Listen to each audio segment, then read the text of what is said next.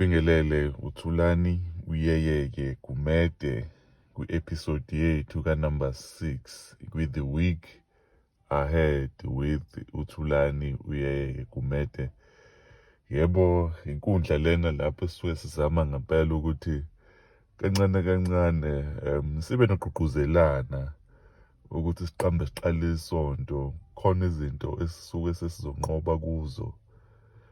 Ingakho-ke silalela i-The Week Ahead with uyeyeye. Inhloso nje isukilele lapho ukuthi sigqugquzelane sibe ngabantu ababhetha. Sonke njengoba kuqala umsombuluko kusasa noma yiluphi usuku olusuke lilandela, suke sifuna ukuqala ngegiya eliphezulu, siqale ngegiya eli-right. Kubuhlungu-ke ukuthi siy'thole singafiki la kufanele sifike khona ngenxa yokuthi khona izinto ey'ncane ezisibambayo. Injongo-ke ye-The Week Ahead with uyeyeye ukuthi senze sonke si-reach-e i-full potential. Uku-reach-a i-full potential kwenza ukuthi sifike la kufanele sifike khona ngendlela efanele, ngesikhathi esifanele. Kuzokwenza ukuthi singabi nabantu abazohlala kuma-positions kuze kushaye o-10 years behleli kwi-position eyodwa, ngoba umuntu esuke esaba ukuthi le position sengiyijwayele, noma iyona position engisake ngayisebenza kule nkampani. Mangisuka ngiya kwenye i-position ngiyoqala into entsha, kuzokwenzakalani uma ngihluleka? Izona-ke iy'njongo lezo, noma izona-ke izathu ezenza ukuthi The Week Ahead with uThulani yeye Gumede kube yinto impela ekufanele sonke sibe abantu abasenzayo isikhathi ukuthi siyilalele.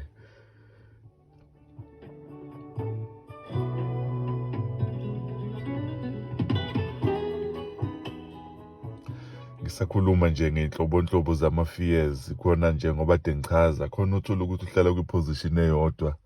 Hhayi, ngoba mhlampe kunjani, ukusaba nje ukuthi what if la ngiyakhona ngifike ngichithwa?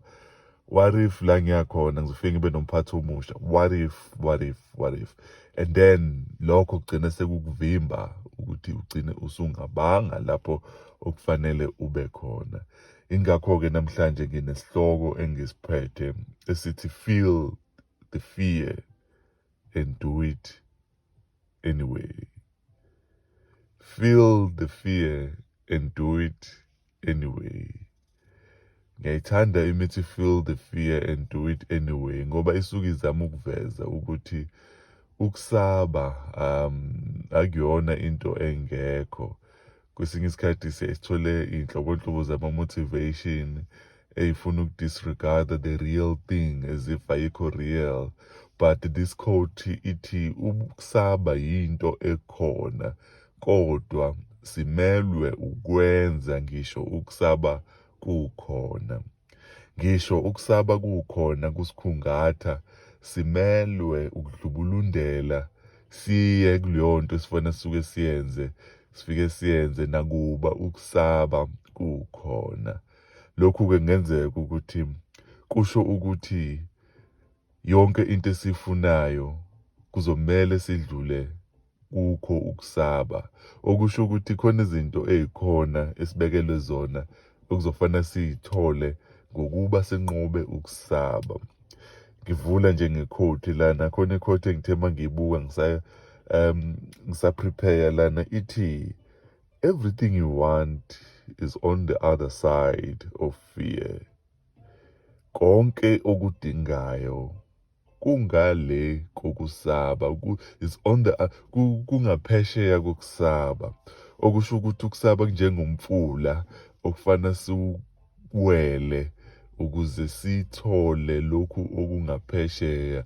Okusho ukuthi khona izinto ezinhle ezinkulu ezethu ezingale komfula, kodwa ukuze sifike kuzona kuzomele thina sikwazi ukunqoba ukwesaba. So cabanga umuntu ongaphesheya kumfula, kukhona zonke izinto abekelwe zona zingale komfula, ukuze aphumelele noma afinyelele kuzo uzomelwe ukuthi awele noma abhukude. So feel the fear and do it anyway. Khona izinto ey'nkulu ezinhle ezethu ezingale kumfula, fear. abanye bathi on the other side of fear lies greatness. On the other side of fear lies greatness. Sisalapho nje ngithi angigcizelele ngoba kubalulekile lokhu ukuthi ngikuveze ukuthi sonke siphila la emhlabeni, sonke sinohlobo lwethu lwefiye olusiphathisa kanzima.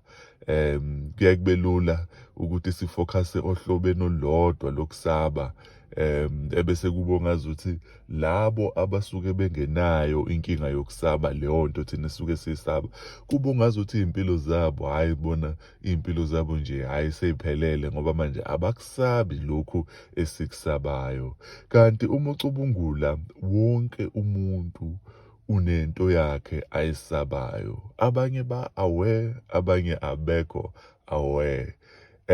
Uma wenza ucwaningo ngama-phobias, ungaze uhleke izinto ey'satshwa abantu.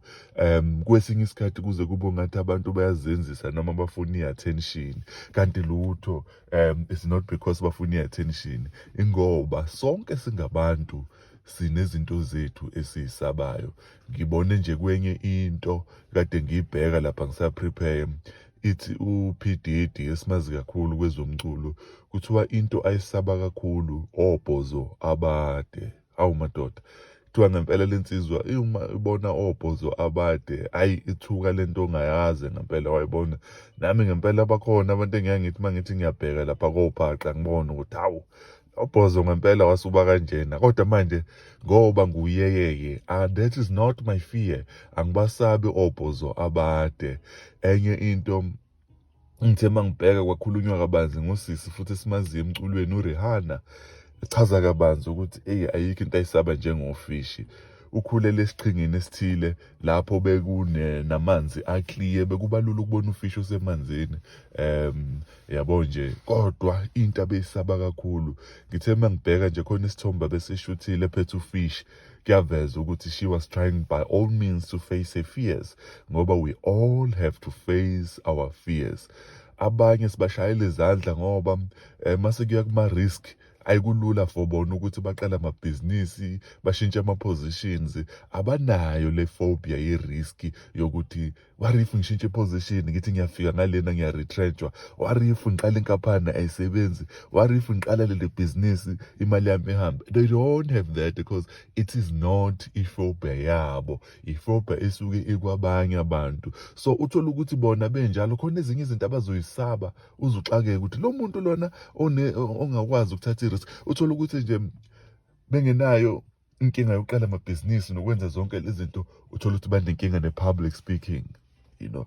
Uthola ukuthi public speaking abayizondeli khona okwala. Sisalapho, feel the fear and do it anyway. Sesikhulumile ngenhlobonhlobo zokusaba kwethu. Simelwe ukuthi sibe nakho, ukuthi siyiqonde, nokuthi sibhekane nazo zonke iy'nkinga esisuke zithi ziza kithi.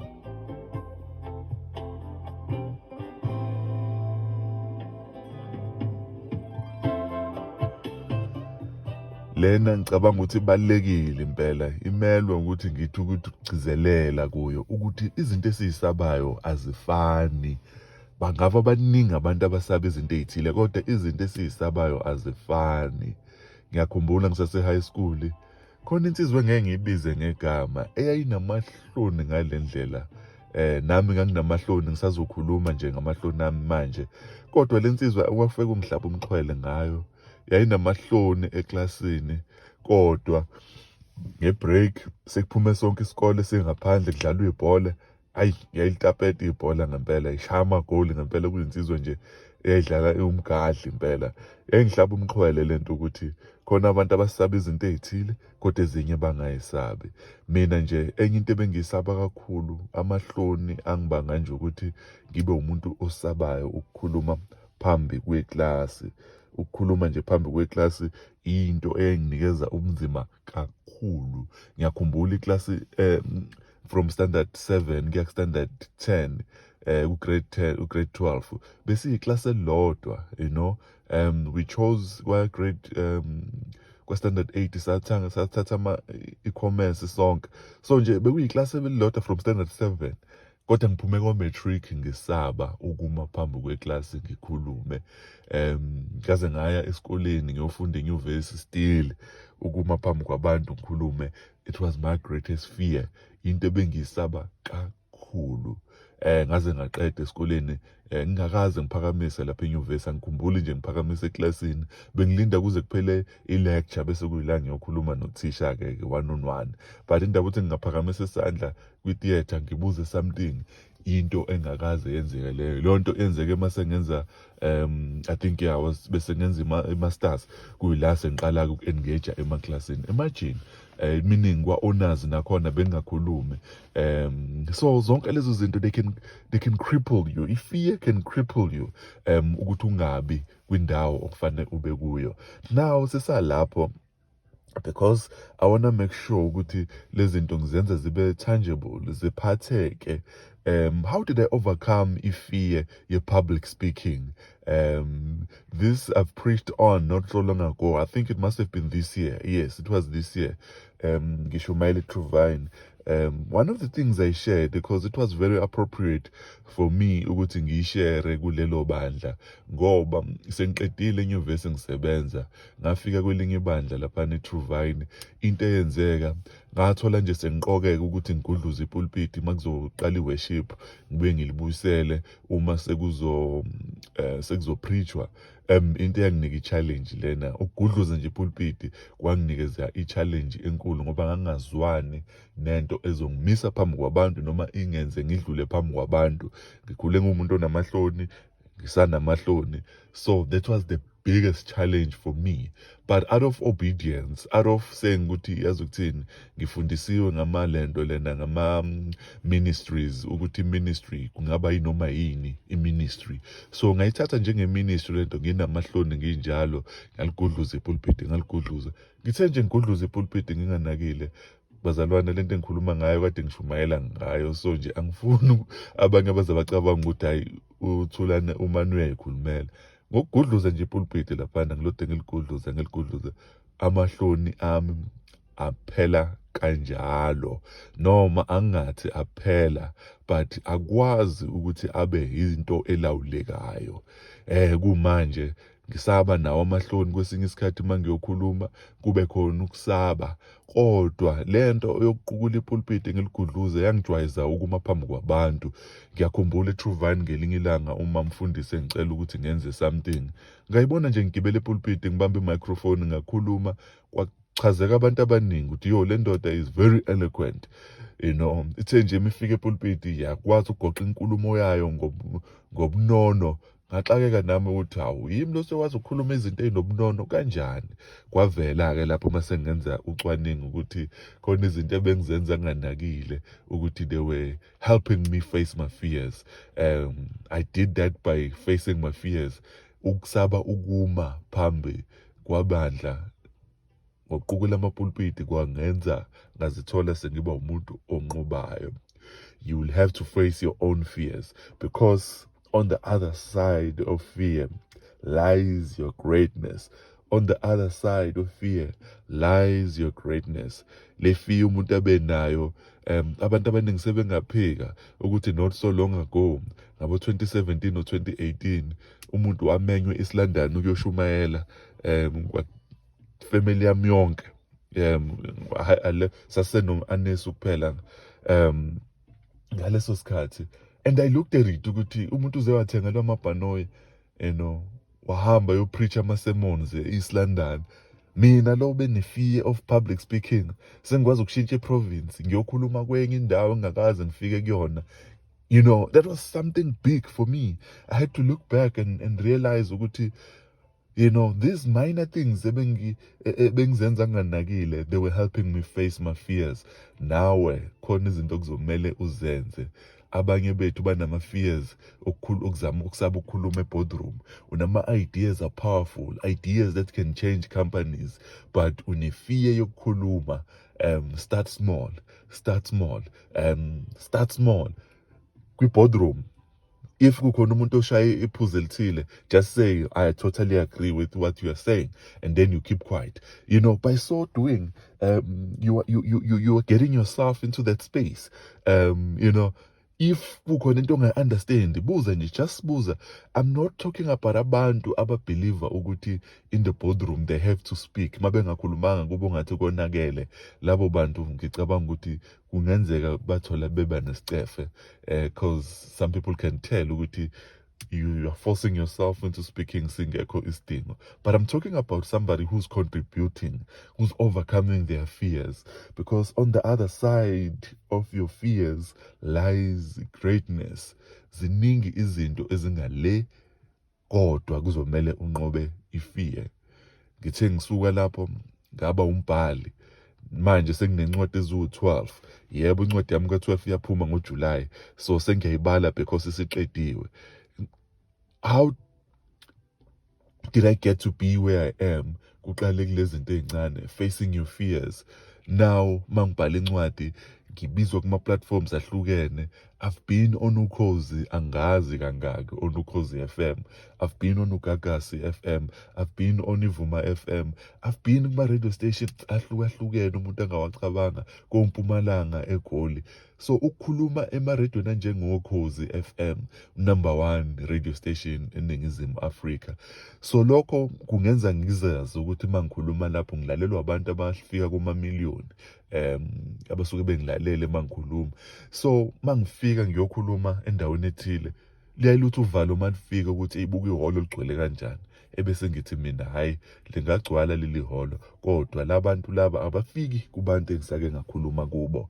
Yes, I do that a lot. It might sound as if I'm full of pride or anything, but I know ukuthi it helps me. It's not the confidence in me, but it's confidence in knowing ukuthi God has granted me the abilities to do what I need to do.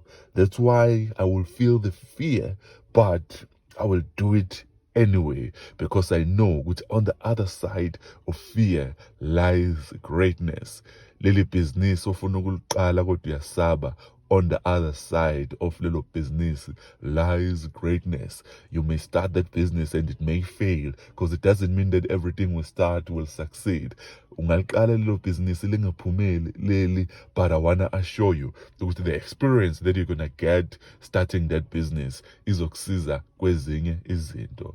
Mina, I had to stand in the pulpit and at the pulpit, moving on my pulpit. That has helped me to stand on other podiums, because God is a God of greatness. He takes us from one level to another. Could it be there's one thing that is stopping you from reaching your other level? And kwesinye isikhathi lonto izobukeka incane, but the minute you face your fears, you get to where you need to be. Watch out of your fears. Some of them will look as though izinto ezi-insignificant, but you will realize one day ukuthi le fear ebibukeka incane was hindering you ukuthi achieve some of your greatest things. Kade ngifunda lana omunye echaza kabanzi ngefear yakhe ukuthi ube nefear yama-auditions. Njalo umiya kuma-auditions kube ngazuthi nje ngizoluza. Lana sikhuluma ngomuntu odumile, uRobert Pattinson, umlingisi we-Twilight, one of the biggest production ye-Twilight. But umeveza uthi ayikho into ayimnikeza inkinga njengama-auditions. Ubuya kuma-auditions ewumuntu nje onokusaba, but he ended up facing his fears. Omunye kade ngifunda ngayo ube nefear yokuthi nje uma eqala iprogram noma ishow kube ngathi ile show engikuyo ngizoxoshwa. I know a lot of people who are like that. Uqala iposition kube ngathi no, these people are gonna fire me. From one season ugcine senze ama-season afika ku-9 lo muntu lona.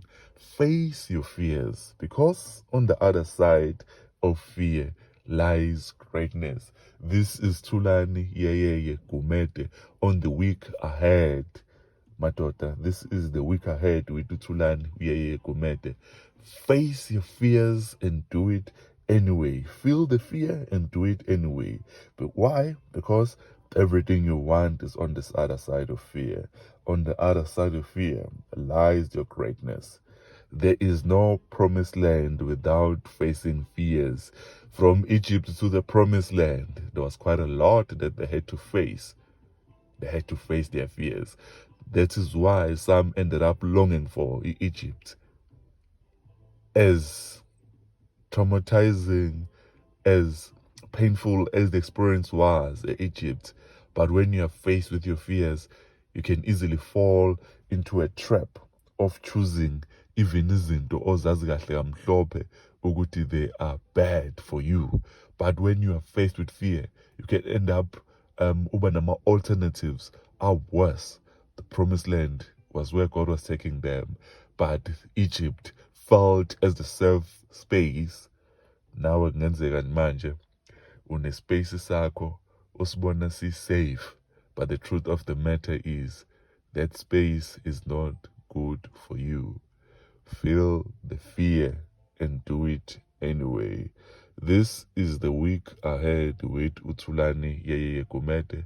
I'm available on Facebook, Tulani Yeye Kumete, on Instagram as well, Tulani Yeye Kumete. And right now you're hearing us from YouTube. So you may please subscribe, like, and share this link. Tulani Yeye Kumete. I'll also in the long run put these discussions kuma podcast platforms so that sizocijeka sonke. Please share this ngoba nakho manje usucijekile, ungabeka usucijeka wedwa ngoba uzobe usuhluka kakhulu kubantu. So we have to share these conversations. God is love. This is how I always like to seal it. I started with saying that God is love, and I also wanna end it by repeating that God is love. Thank you so much for listening.